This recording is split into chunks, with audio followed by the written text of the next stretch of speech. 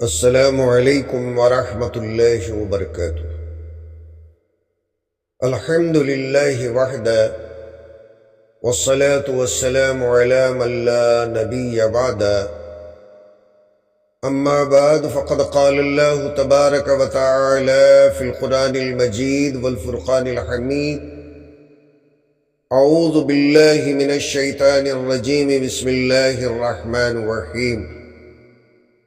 وَاعْتَصِمُوا بِحَبْلِ اللَّهِ جَمِيعًا وَلَا تَفَرَّقُوا، صدق اللہ العظیم۔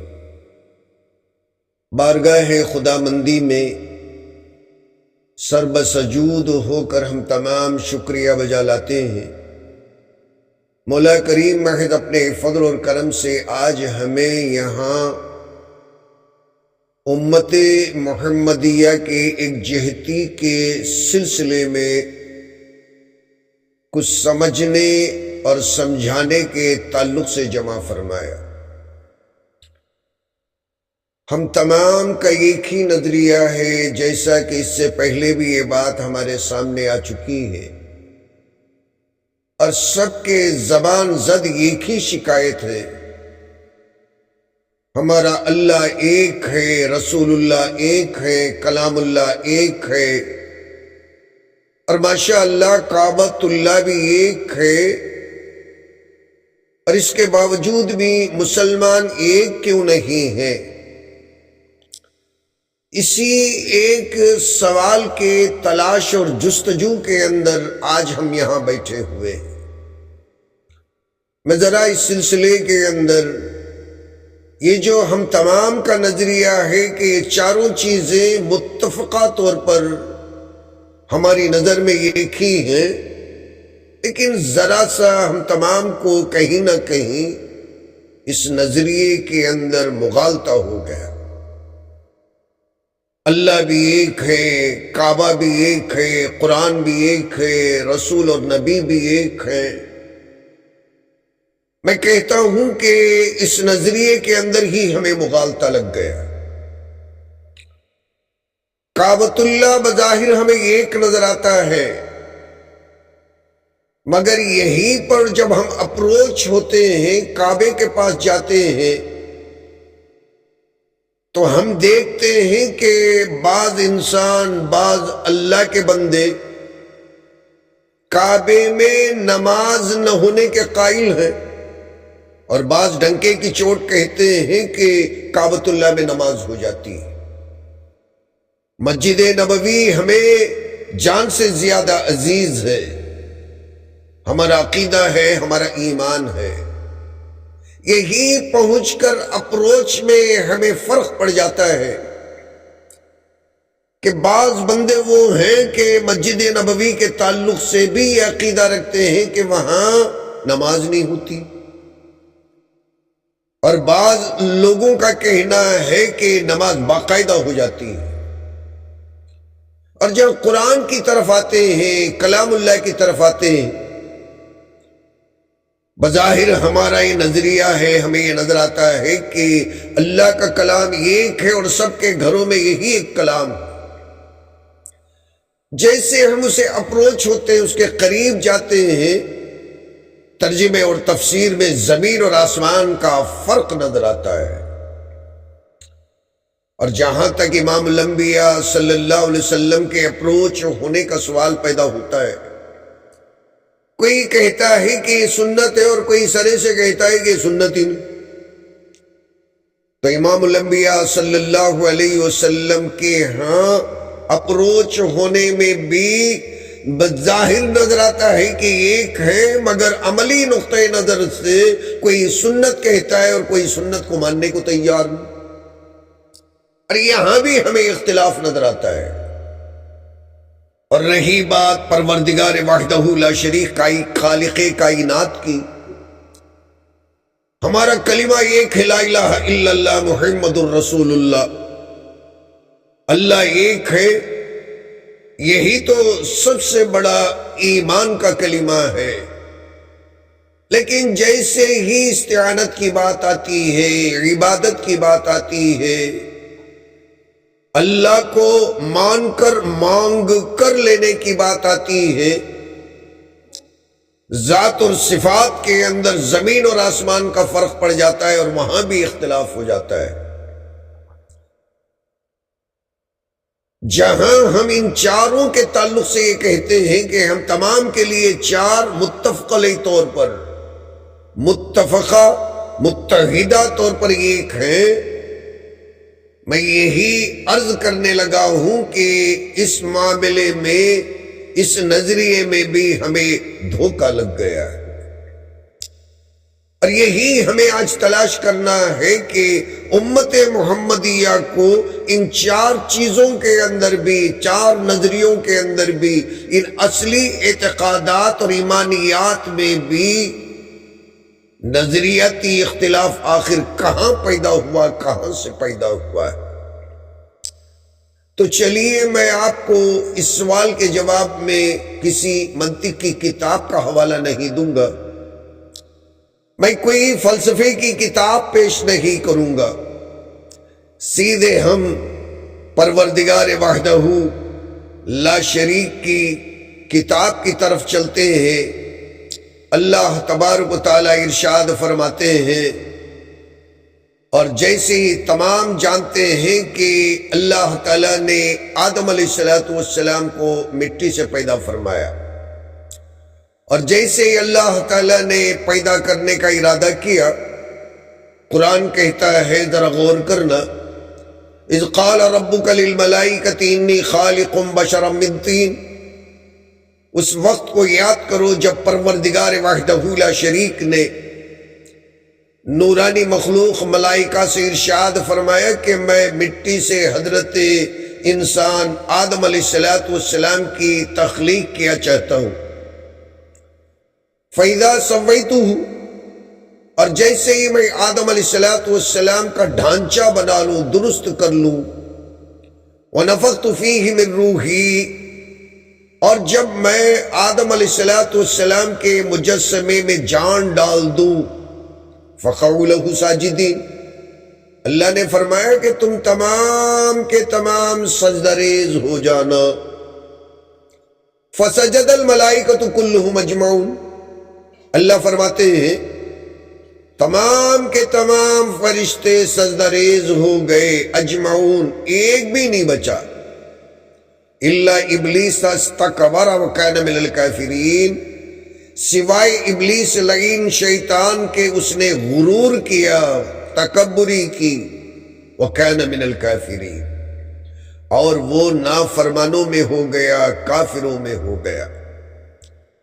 اب جب اللہ تعالیٰ نے سوال کیا، قال یا ابلیس ما منعک، ابلیس آخر تجھے سجدہ کرنے سے کون سی چیز مانے رہی، کس چیز کی وجہ سے تو سجدہ کرنے والوں میں نہیں ہوا، آخر سجدہ کیوں نہیں کیا؟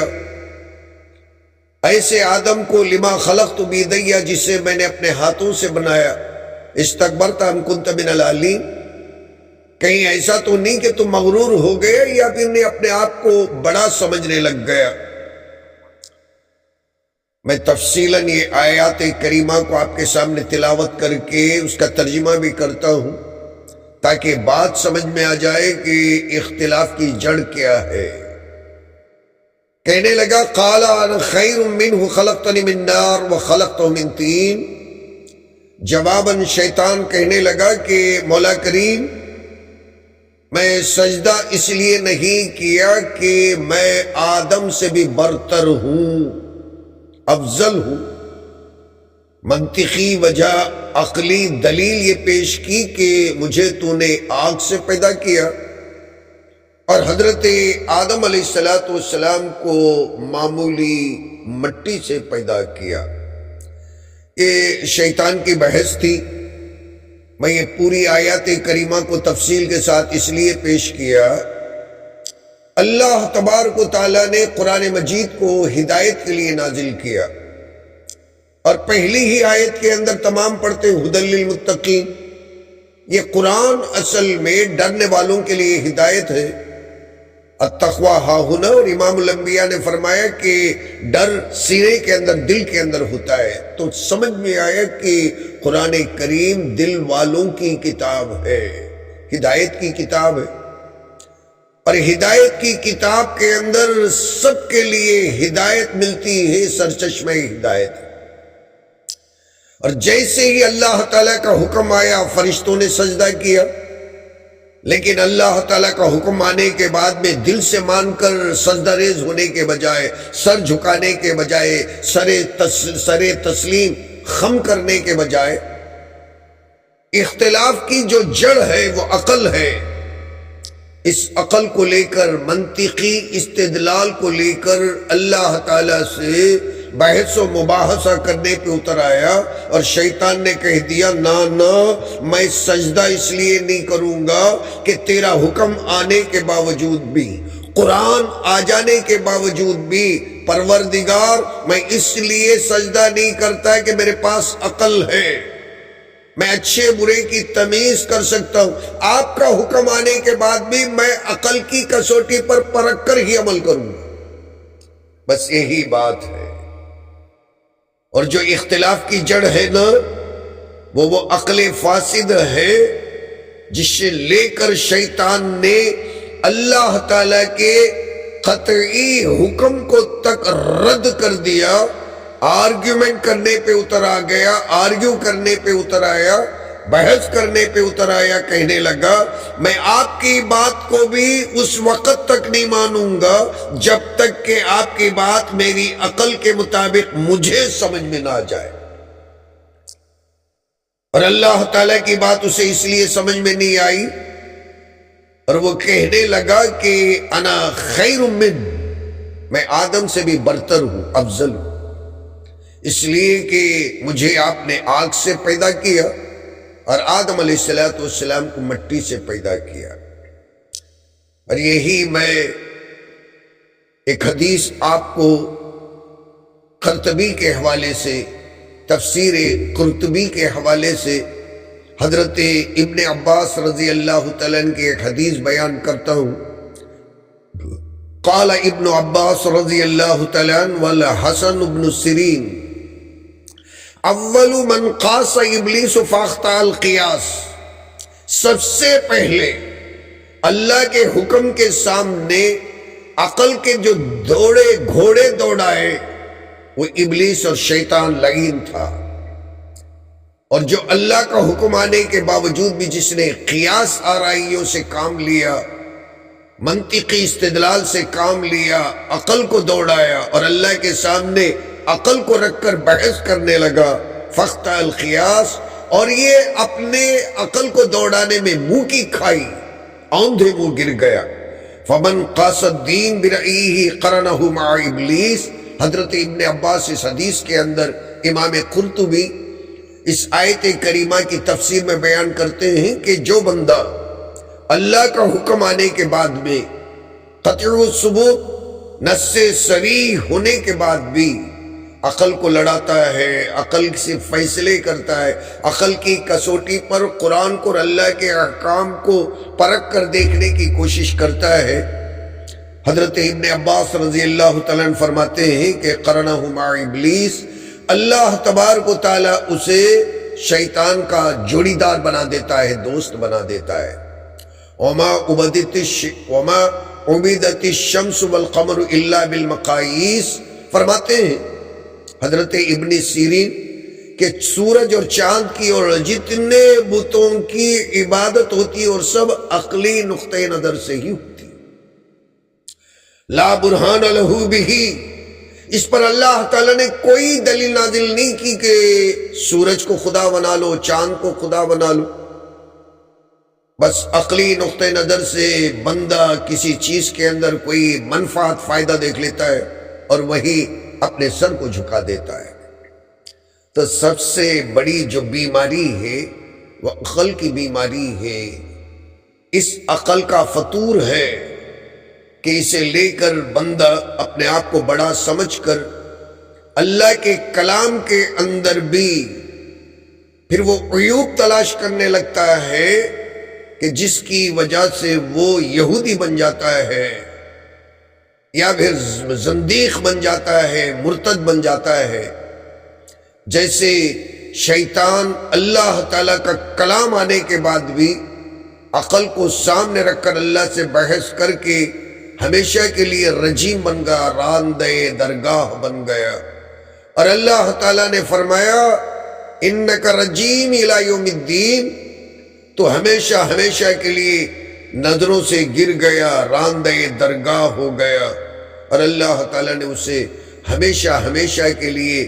جہنمی بنا کر چھوڑ دیا، اور اللہ تعالیٰ نے اس کے لیے ہمیشہ کے لیے توبے کے دروازوں کو بند کر دیا۔ اسی لیے ابن عباس رضی اللہ تعالیٰ نے بیان فرمایا کہ سبھی اللہ کا حکم آنے کے بعد عقل لڑانا یہ شیطانی مادہ ہے، شیطانی غرور ہے، شیطانی تکبری۔ اس پورے قصے سے، اس قضیے سے میں آپ کے سامنے عرض کرنا چاہتا ہوں، دنیا کے اندر جتنے فرقے بنے نا، اللہ ایک ہو کر بھی، کلام اللہ ایک ہو کر بھی، کعبۃ اللہ ایک ہو کر بھی، نبی اللہ ایک ہو کر بھی، اصل میں ہم دل سے ان چیزوں کو ماننے کے بجائے ان چیزوں کے اندر جیسے ہی شیطان کی طرح لوگ عقل لڑاتے ہیں، تو کوئی قادیانی بن جاتا ہے، کوئی احمدی بن جاتا ہے، کوئی فلاں بن جاتا ہے، کوئی فلاں بن جاتا ہے۔ اور باقی انشاءاللہ اس سلسلے کی جو باتیں کہ عقل کہاں کہاں بندوں نے، لوگوں نے اور ان شیطان کے نقش قدم پر چلنے والوں نے استعمال کی، پھر کون سی جماعتیں وجود میں آئیں، میں آپ کے سامنے دھیرے دھیرے آہستہ آہستہ